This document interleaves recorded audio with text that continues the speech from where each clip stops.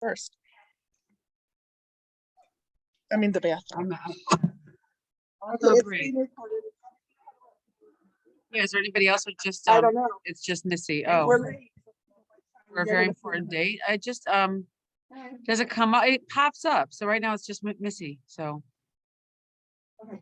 I don't know how many people are coming. Several people had things to do. Okay. Today this is like one of those weeks. Oh, well, Annie's over there. I'll start anyway. One of those weeks when it's like kind of good to be aware to state the Hebrew date because it's we're leaving 1 month and going to another month. So today is the third day of Hanukkah. Last night was the third night, which I'm sure I know everybody knows these things, but it's good to remember them. And today is the 27th Kislev. Tonight is the fourth night of Hanukkah. Tonight is the 28th of Kislev, which is the month of Kislev. And I bring that up only because I don't know, it kind of threw me when I was first learning about the months, but we are very soon into a new month. Hanukkah is spread out on Kislev and then into the month of Tevet, or Teves is what it's called. If you put a Ashkenazi, the suf at the end. So it's just, beautiful question. That is a very good question. Rosh Chodesh Tevet. And I actually hoped to study this today. I was like, have many things and don't want to overwhelm you with the bopping around. But I do have it in here. I was going to show you where it's called Birchat HaChodesh, and the Shabbat before the new month. There are things that we say. You appreciated that when we talked about that for Kislev. We say things in the Shabbat morning services that acknowledge that there's a new month coming, and we ask that it be for good. So I hope to get you that. I have it in my outline. And so it's on Shabbat.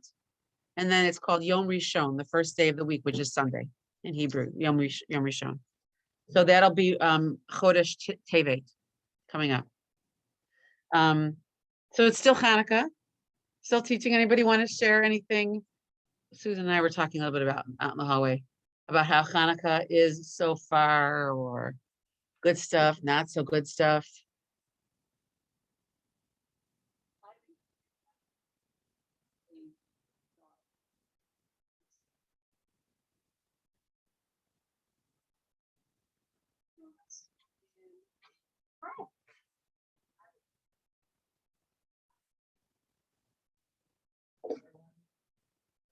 Oh, wow.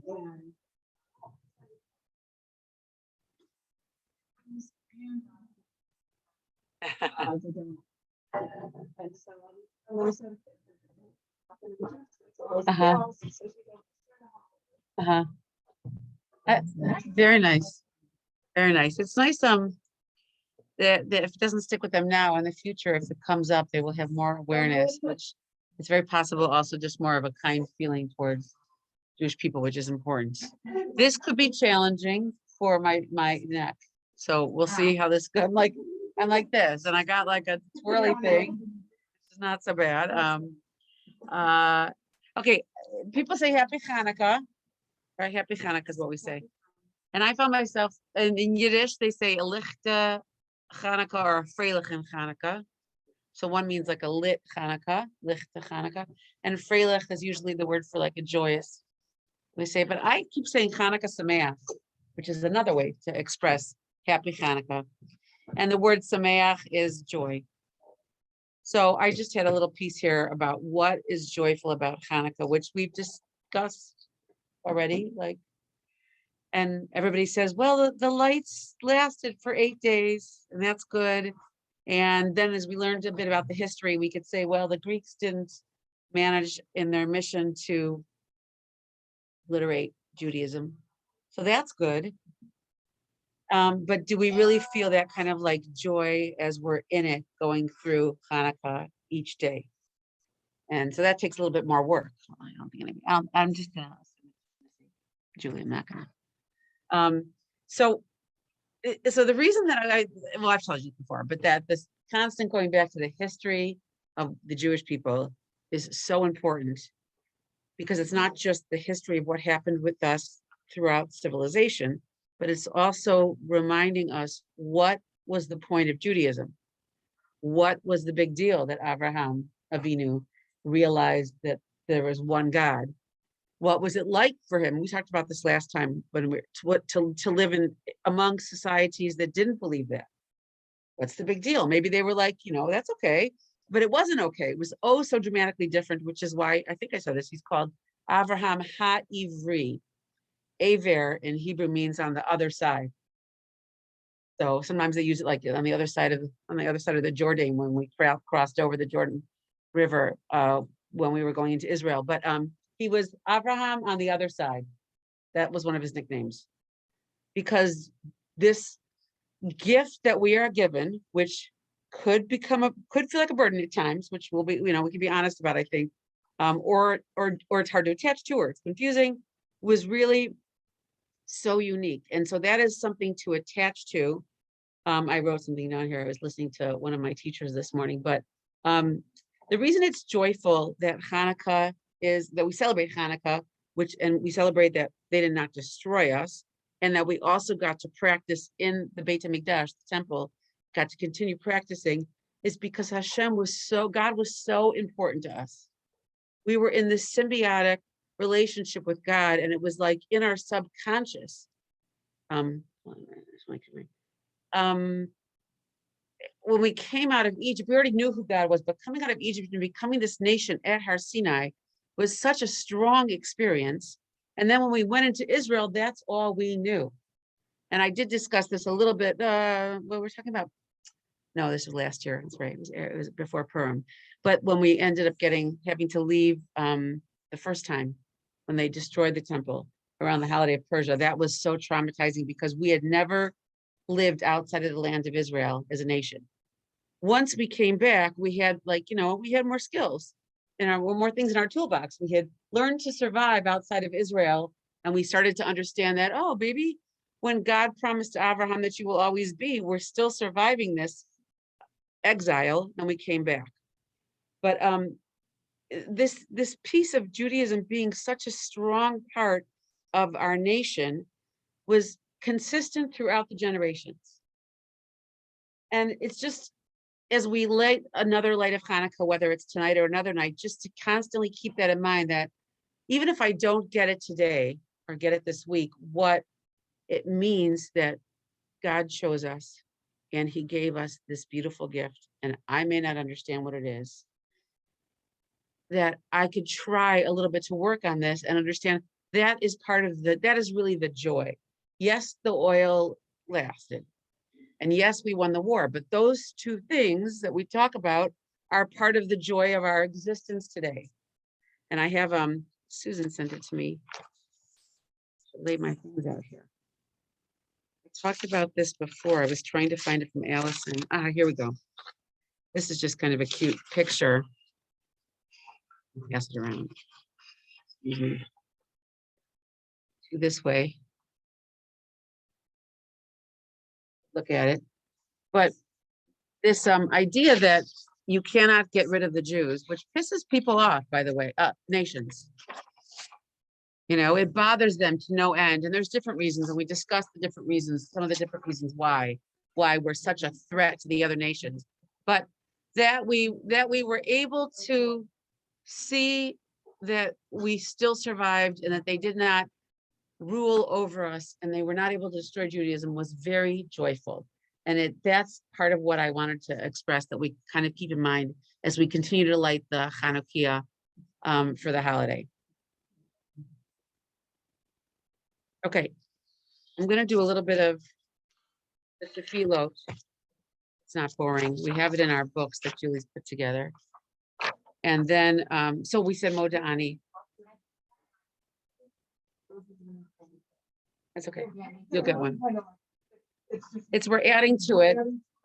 And all the stuff that's probably done so far. I have them up here. So I'm going to say Moda Ani. I don't know who said it or didn't say when they're waking up. And I told you before, I have to remind my kids sometimes and remind myself. Sometimes I'm like, but Moda Ani lefanecha melech chai v'kayam shehechazarta bi nishmati bechemla rabba emunatecha. And I am grateful before you, living and eternal King, that you have returned my soul to me with compassion. Great is your faith in me. If this speaks to you and you like this, you can take these words with you when you light the menorah. and keep them in mind after you like. Good morning. If you like the way that these words, if they speak to you and you need a way to connect to this relationship that we are joyous about, which is our relationship with God, and also that we're still here as a nation and we get to still exist and live with this beautiful gift of Jewish life. I'm just telling you that that's something to bring because I was listening to one of my teachers this morning, and it's just great when I have a teacher that is, of such a learned stature, and she's 70. She's been doing this her whole life. She taught me in Israel, and she tells the class, Missy was on the class this morning, that it was very busy the first couple of days of Hanukkah, and even though she lit, she didn't really process what I'm also talking about, the joy of the holiday. And I was telling Susan that that's kind of where I was too. Like the first night was a Hanukkah party. And the second night I raced off to come here because we had a little get together. And then last night, it was just the way that people came home and lit, it was lit. And then we didn't even sit in front of the candles. And I said to my kids again, like, could we go?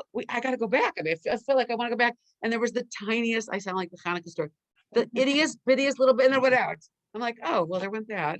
It doesn't matter. I could still sit there and enjoy it, but it's on me to attach myself to remind myself of the spark of my neshama, and the relationship. And then, there's a lot to keep in mind. I feel like I'm throwing a lot at you. I'm going to do Torah blessings. I gotta tell you real quick, the whole thing about sitting here for 30 minutes and watching.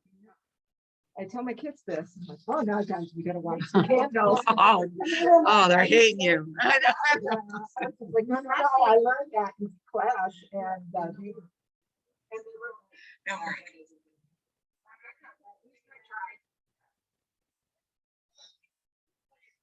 Yeah, I don't know if you can hear me. it's getting warmer for our presents behind the president, then they get warmer, like.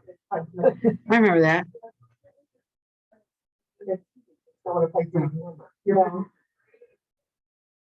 Make that. So maybe tonight it's 5 minutes. You want to do a 5 minutes? Would that be easier if we brought the time down?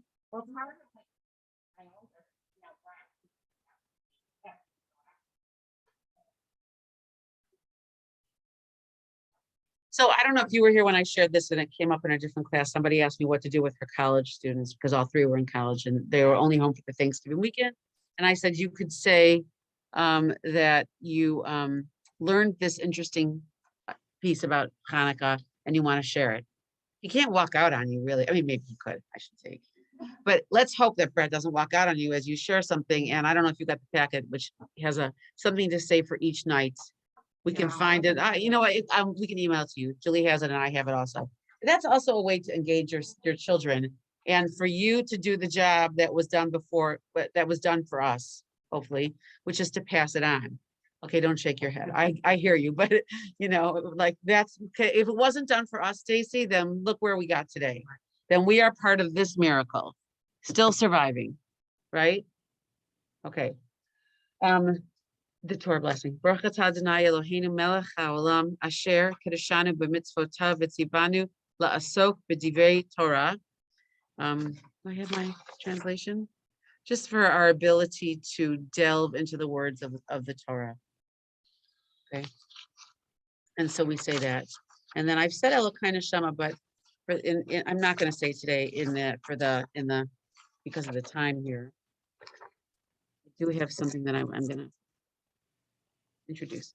I'm skipping around a bit and I'm going somewhere on my wonderful roller coaster ride, which is me. You can follow me.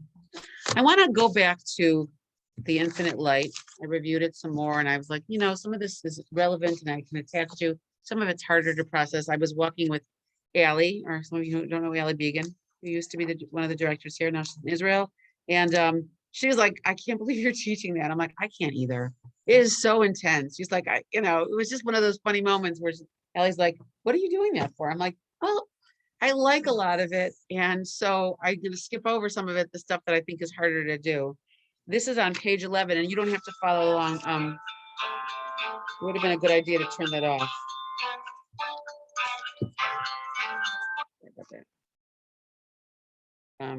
Okay. This was talking about the existence of God and that because God existed and then created the world, which means we have to really hold on to creation versus evolution. And you can't handle it, you can just still listen to me, okay? Because that's also out there. But that the creation of man, because God created, makes man's life purposeful. And we talked about the purpose that's attached to our becoming, our being created. And then we went on a little bit to discuss it. I brought up here, if the world had been a spark and just sparked into existence on its own, without any purpose behind the creation, then there would not be much purpose to our lives. And that would be a shame. We would just be bumbling along according to some kind of, I don't know, system that was brought into us without any meaning. And so the Jewish view does not believe that that's how the world came into being and that how we came here. We are not accidents. We are on purpose and for a purpose, every single one of us.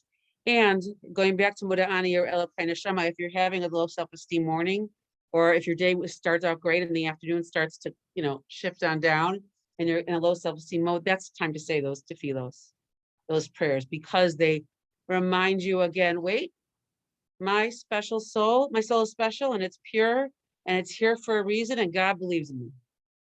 And that sometimes is the only thing you can pull out of your basket. Sometimes. I wish for you that it's not that way, but I have enough experience that it is. So anyway, life was not spontaneously created like as a puff or explosion randomly. It had meaning. So I'm going to read on. And if you have this with you, because we started with it, fine. And if not, all you have to do is listen. It's not, you don't need it. But there is a legend that throws much light on this subject, which we're discussing, about creation being purposeful. A philosopher once came to Rabbi Meir and told him, I don't believe in God. I feel that the universe came into being by itself of its own accord without any outside help. Rabbi Meir did not reply. A few days later, he came to the philosopher and showed him a beautiful piece of poetry written in a fine hand on smooth white parchment. The philosopher looked at the parchment and admired it. He asked, who is the great poet who wrote this lovely poem? Who was the talented scribe who copied it? Rabbi Meir shook his head and answered, you are completely wrong. There was no poet. There was no scribe. This is what really happened. The parchment was lying on my desk next to a bottle of ink. A cat accidentally knocked over the bottle, spilling ink all over the parchment. This poem was the result. The philosopher looked at Rabbi Meir in amazement. He said, but that is impossible. Such a lovely poem, such a perfect script, such things do not come into being by themselves. There must be an author, there must be a scribe. Rabbi Meir smiled. He answered the philosopher, you yourself have said it. How could the universe, which is much more beautiful than any poem, come into being by itself? There must. Everybody's rings. We got the grooming, got the motorcycle ring. I don't know what that was. Mine's boring. I had fun ones when I had my other phone, but okay. Woo! It shook up the intensity in a good way. Okay, don't worry about it, Annie. Drew, I don't know. Yeah, there must be, okay. How could the poem come into being by itself? There must be an author, there must be a creator. What Rabbi Meir was dramatizing, of course, was the argument from design. We see a world that appears to be well-planned and purposeful. Everything in nature fits into its place. Tremendously complex creatures, such as man himself, exist in the world. How can a sane man really believe that all of this came into being without a purposeful creator? There's a midrash telling us that this is how Abraham first realized the existence of God. Abraham said, is it possible that a brightly illuminated castle can exist without an owner? Can one say that this world exists without a creator? I'm going to move on. Does anybody have a hard time with this? Or maybe you don't want to say if you have a hard time. You just think I have a hard time with this. I'm letting you. If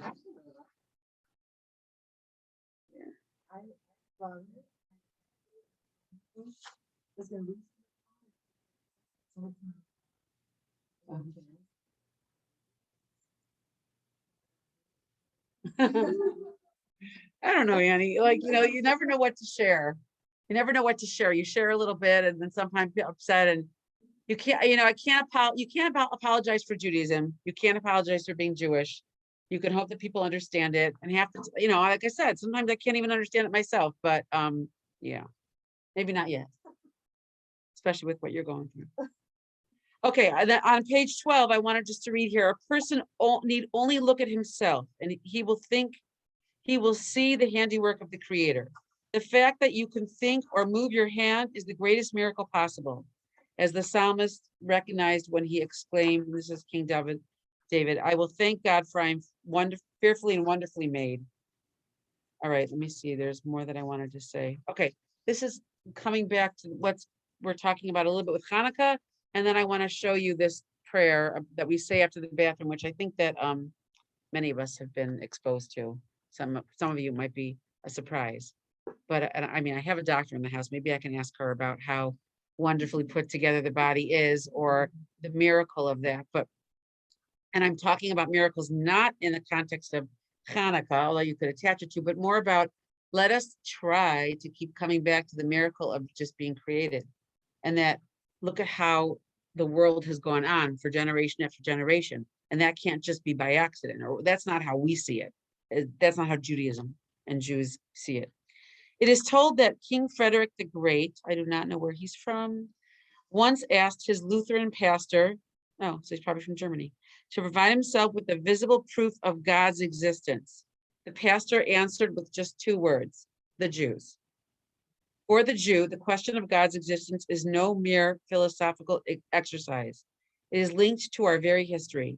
We have seen the rise of the Babylonians, the Persians, the Phoenicians, the Hittites, the Philistines, the Greeks, and the Romans, all the great nations of the pagan era, and we have also witnessed their fall. All these great civilizations were born, reached maturity, and died. This is the pattern of history. All the great civilizations of antiquity have passed on, but there is one exception, and we are still reading and writing books.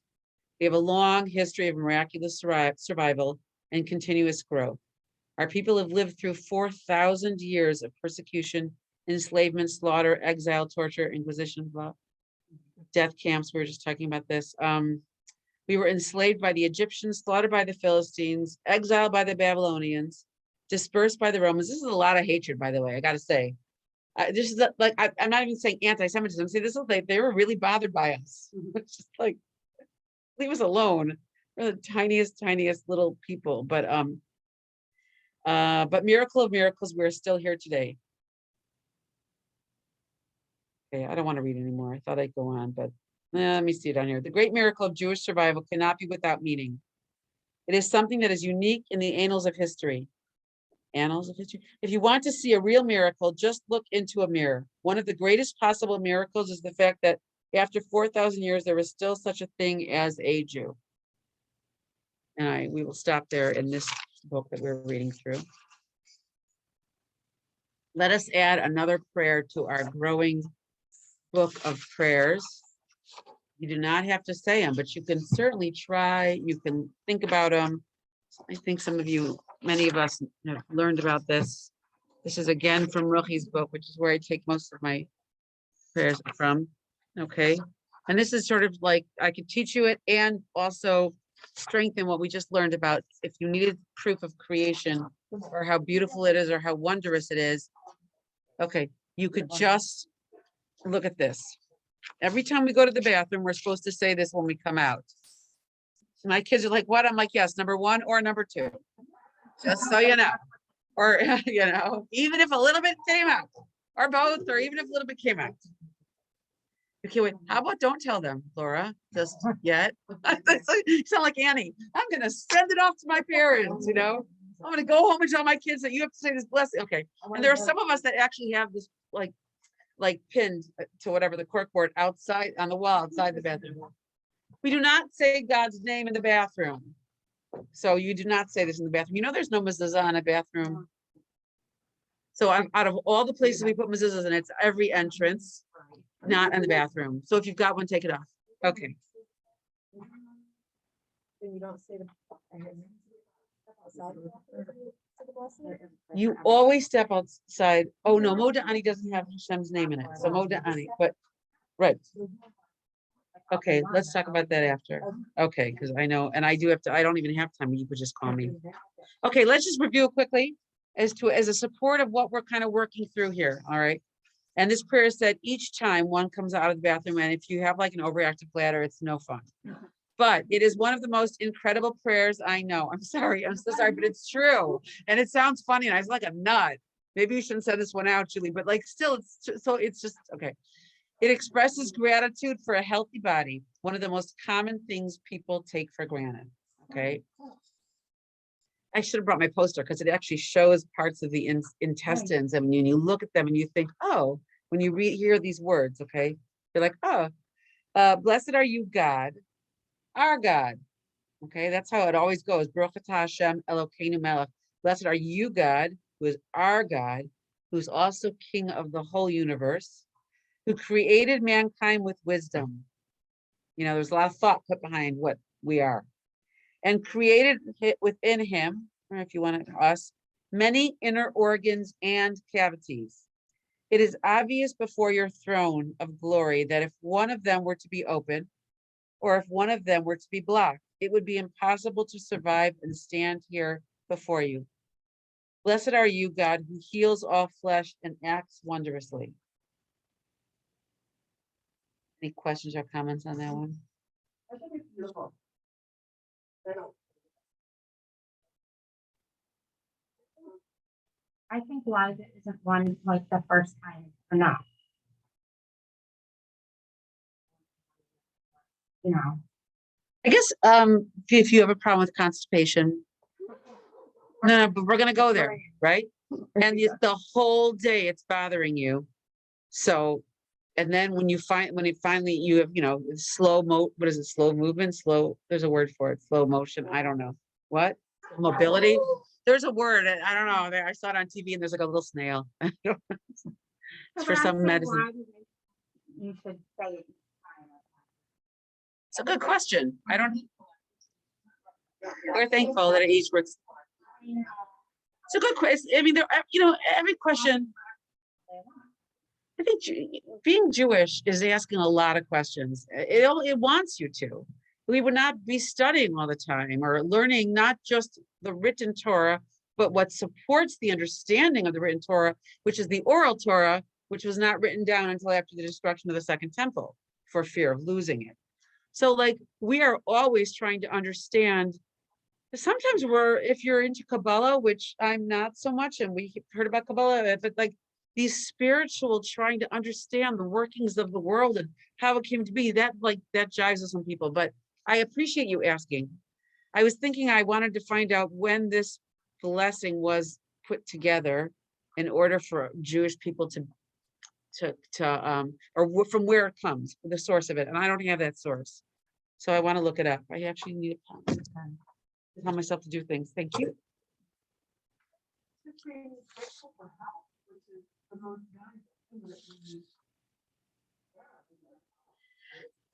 Yes, and right.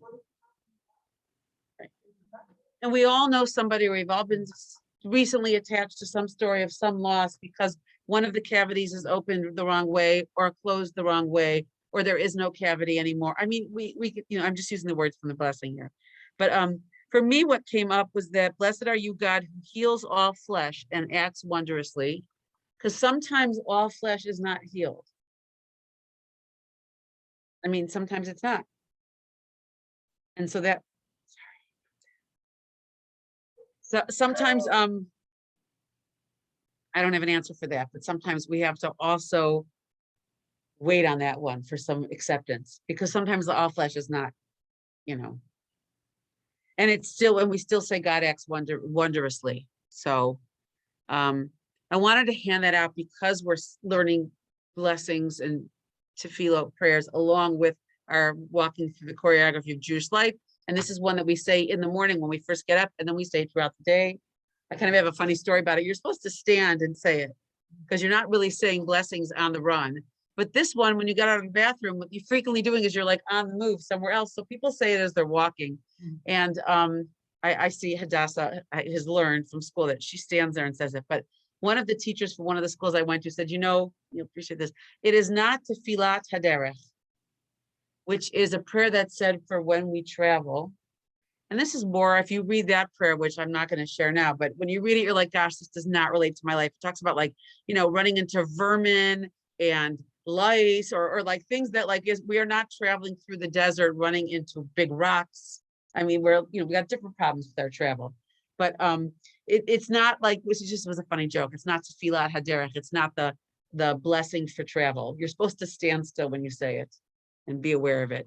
I don't. I have to remind myself, stand still for what does it take? 30 seconds? Okay. Yeah.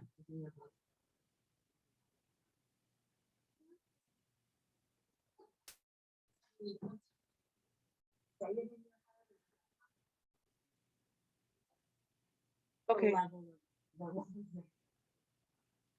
Oh, you mean because you don't want to say this out loud in front of your family while they're eating their turkey?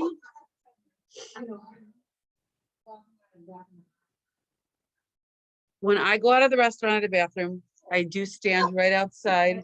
Oh, don't. Oh, she's you could share with them what you're going through, but oh gosh, okay, that book. She has a book on the laws of blessings, and there's way too much, and she keeps asking me questions. I'm like, I don't even have the answers for that. Okay, for you. You stand still, you say it very quietly. You hope nobody's going to interrupt you. People interrupt you quite often, and if they understand what you're doing, you go like this, like 1 second. And if not, sometimes I forget and I just start talking to them, or like I turn the other way so I could finish. Like that's part of what happens, like in the process of it. I mean, if you come out of exit way, but not in the bathroom. So that's a whole other class on how we learn how to pray, which means speaking to God in a conversation with God for so many different reasons. And it is from Hannah, one of the women in Nach, in our stories there's not stories, but in the history that we learn, that is written down, and that she was without children, and it was very challenging for her. And she did pray to God, and her husband accused her of being like insane, because I guess this is how it goes, right?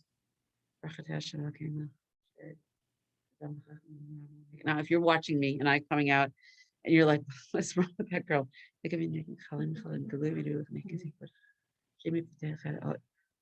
That look, I mean, if you're not familiar with it, that could look. So from Chana, we learn that you pronounce it and you use your lips to say it, but it's quiet because it's between you and God. It's not like some big verbal, I'm going to say this out loud. We're not preaching. Judaism is not about preaching. I don't need to, we're here teaching, but I don't need to go out and shove it down your throat every single time. Is that a little bit of an answer? Yes, but you mean the Amida? So the Amida, the Shemona Esrei, is actually said the same way I just did this now. It is not here. It is here, but your mouth is saying the tefillot very quietly. Yeah. But yes, it is called the silent Amidah because it is quiet and it's to myself and it's really between me and God. And a lot of it, so much of the structure of our prayer comes from what happened in the temple, and then it's destroyed and we get to rebuild it. Yay! After the Babylon, the exile, and then it gets destroyed again. And there is very clear, the prophets, that this is not getting rebuilt. And then there's fear that sets in, and then we write everything down. Everything, and we structure everything, and a lot of the prayer service follows along what happened in the big place of prayer, which was the Beit HaMikdash, the temple. Okay, I'm going to jump up a little bit. What time is it? Yep, this is me running out of time. I'm going to save something for next week, which comes up in the month of Tevet. There is a half fast day. Let us raise our hands about fast days. We know the biggie, Yom Kippur. Any other fast day? I'm just kidding. Susan knows a lot. Okay, anybody, any other fast days? There are a couple. The fast of Esther, correct. There are actually 6. 2 are full days, and 1 is Yom Kippur, and the other full day is Tisha B'Av, the 9th of Av. Yeah. And then there are 4 half fast days, meaning that when you wake up in the morning before sunrise, my kids get up and have a bowl of cereal and milk, which sounds horrible to me because then they go back to bed and I'd rather just not eat. They like to. I just find it's not good for my stomach. But and then you end the fast at the end of the day. It depends on the time of the year. This is a good time to fast because the sun goes down so early. But if you've got one of the summer ones, it's a little challenging. Yeah. Anyway, there is a fast in the month of Tevet, which we can discuss next week, and it is attached to the destruction of the first temple, because it happens on the day that Nebuchadnezzar sieged the temple in Jerusalem and started to destroy it. And for that, we fast. But the days leading up to it are a fascinating story that happened in the times of Hanukkah about how they were trying to diminish Torah life and diminish Jewish life. And it's the writing down, it's called the Septuagint, I can't really pronounce it, the story of the 70. I'm going to save it for next week. I'll keep you like on your toes. You don't even know what I'm talking about. It's like, what is she saying? Okay. Here. Let's go to page 453 in the time we have left. I want to just come back to the fact that there is a new month coming. Do you want to around the corner? Are the Sidurim, and let's go to this. Bye. I'm glad you came. 453. Okay. Sometimes it catches me by surprise. I do have to tell you, I'm not like prepared. I don't go to shul and say, ooh, we're going to say the blessing of the new month. Like I'm not always in tune with the calendar. That's me being honest with you here. It's not like I'm some, super Jew who's always knowing what's happening. I do think that people who go, I know that people who go to prayer services on a more regular basis, like my husband and Ken, and I was doing that at the beginning right after my father passed away. I was going a lot to say Kaddish, and now I'm like, it's not great either, but I was going, okay. Then you have more awareness of the calendar. It really is a daily experience. You know what day it is, you know what day's coming, you know what's going on. I mean, that's part of the importance of that Jewish calendar that people have tried to obliterate in order to diminish our ability to live our lives, okay? So this week, and I heard it, I'm like, oh, right, the new month is coming. Like we're, getting to Hanukkah, and Hanukkah is only 5 days of Kislev, and then it goes off into Teves. So I want to read through this because it's beautiful, and it happens once a month. I don't know, has anybody here said this or was aware of it? Well, okay, now you will be. So we stand up, and it's after Shacharit and before Musaf, which are 2 different of the silent Amidah. Okay. And we say, I think the Chazan says it, the Chazan says it first. Oh no, we say it first, and then the Chazan, who's ever leading that service, repeats it after us. Does anybody want to read it out loud? I don't have to be the only one reading. Someone close to the microphone here? Me, okay. May it be your will, Hashem, our God, and the God of our forefathers. By the way, this is called a Yehi Ratzon. If you've ever heard of that's a Yehi Ratzon. May it be your will. Different than a Baruch Atah Hashem. Okay. May it be your will, Hashem, the God, our God, and the God of our forefathers, that you inaugurate this month upon us for goodness and for blessing. May you give us long life, a life of peace, a life of goodness, a life of blessing, a life of sustenance. There's a lot of stuff we're asking for, and good for us for asking, by the way. A life of physical health, a life in which there is no fear of heaven and fear of sin.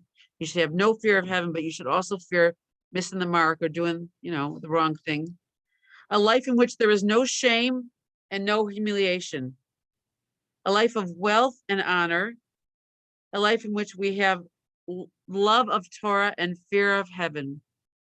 A life in which our heartfelt requests will be fulfilled for good. And then everybody says Amen, which we talked about before, is like, I agree. Okay. What? Selah? It's just another expression of like, of greatness, Selah. That's what they call the, Oh, yeah? It's called Selah?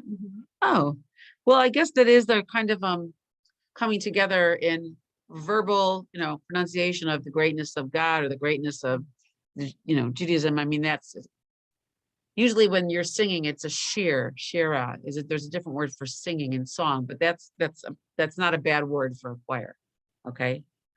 Then they announce when the actual month's going to be, because as we've talked about before, we don't have the temple anymore. We don't have witnesses to say, I saw the new moon, but because the calendar has already been set for many years to come, we know when it's going to be. So we say, he who performed miracles for our forefathers and redeemed them from slavery to freedom.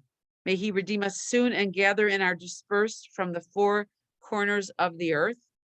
All Israel becoming comrades. Now let us respond, Amen. Then we say the new month, which we said it was Tevet, and then they say it first, because I never know it. I never know. So they mention it and we repeat it. And actually what I find so helpful, I'm not saying you have to know any of this. You just need to know about it. I don't say you have to do it, but in this little box here, it tells you which day. So when I hear them say, they said on Yom Shabbat or Shabbat Kodesh, and then they said Yom Rishon. I'm like, wait, what? So I just look it up here and I make sure that I've got it so I say it right. You don't have to, you could just listen. And then this is just the nice part at the end of this blessing is, may the Holy One, blessed be he, renew it upon us and upon all his people, the family of Israel, for life and for peace, for joy and for gladness, for salvation and for consolation. Now let us say Amen. Thoughts?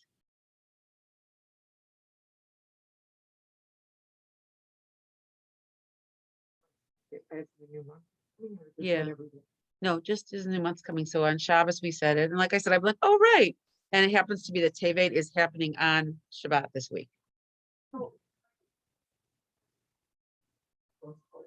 You don't say it on Rosh Chodesh. This is not part of the prayer services of Rosh Chodesh.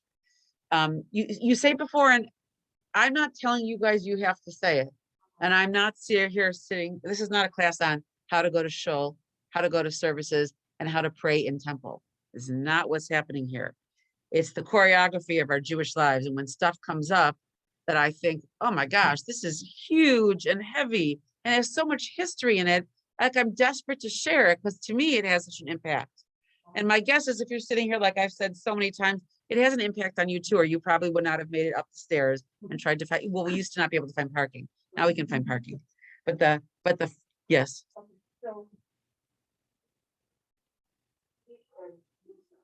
Musaf. Musaf. It's from the root word asaf, which is at the end.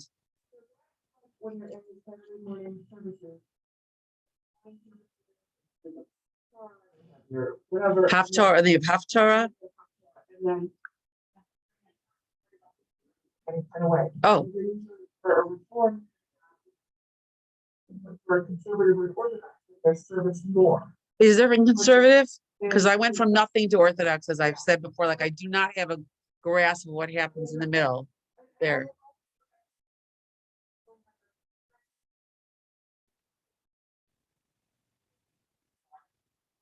Musaf.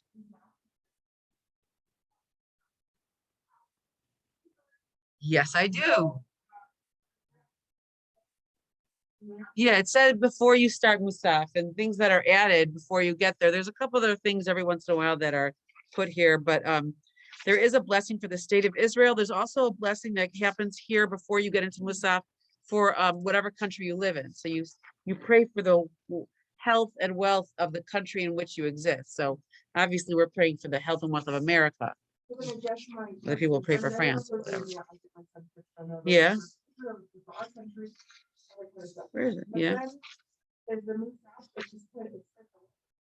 You are davening another Shmona Esrei, which is an Amidah, but the beginning and the end are similar, but the middle part is different because again, this is mimicking what happened in the temple, and so different things happen during the Musaf part of the services in the temple than from the morning. So it's a little bit different. No, That's mincha. We pray 3 times a day. I thought it was. No, it's part of, it's still part of Shachris. It's still part of, Later, yeah. your musaf is or your mincha? Okay.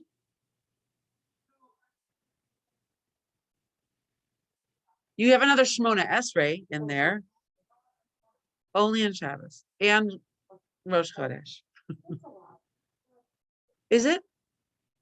Because I think it is. So no. It is a lot to remember. And that's why I told you when I started, I'm like, what are these 2 books? There's 2 books here. The blue one and the orange one. Like, right? Okay. And then it takes practice and practice. And Annie and I have spoken about because we have started diving next to each other sometimes. And I just whispered to her, like, just read the English or just stand here, right? It's so much to take on. And I'm not expecting you to take it on. I just want you to hear about it because you're going to grow as a person. And I don't know what you'll grow in. I don't know what you'll take on, but not knowing it means it's dying off. Knowing it and being able to mention it once or twice to your children is hopefully money in the bank that they are going to continue on. You do not have to remember all this stuff. No, it's not 4 times a day. It's not 4 times a day.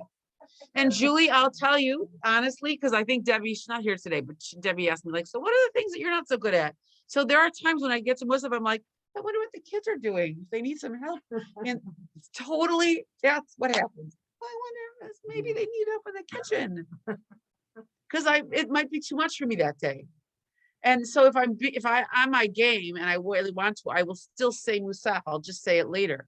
Okay. But that is only added on days that have more Kedusha, are a little bit separate from weekday. And that's Shabbat and Rosh Chodesh, and also on the holidays. Okay. But you don't have to think of the extra Amidah. Okay. And those have different things in them also. Those are said differently. Okay, fine. Rishon means 1 first. Rishon. Okay, let me just I'm gonna end with let me just see where I wanted to end. Okay, I know what it was. I listened to Allie speak, and I know whoever, I mean, if you don't listen to her, I highly suggest that she's on Zoom. So it's easy. You could just like sit down and peel some carrots, or sit on your bed and listen to it. And then I hear, Eve talk live, and some other things were coming up as I've been doing these interviews from my momentum trip, which, okay. Judaism was all about life. Now this may shock you because, like, duh. What do you mean it's all about life? I mean, what would it be about death?